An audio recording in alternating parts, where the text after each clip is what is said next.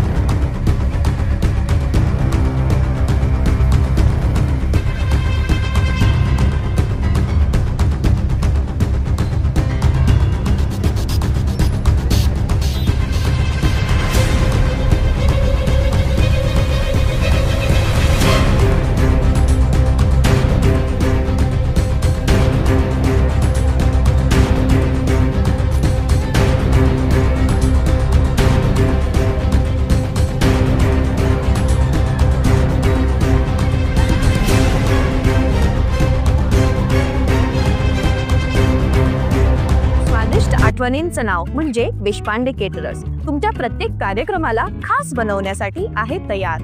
मग तो कार्यक्रम 50 लोकांचा असो किंवा 10,000 लोकांचा, पोट आणि दिल खुश ठेवणं ही आमची जबाबदारी.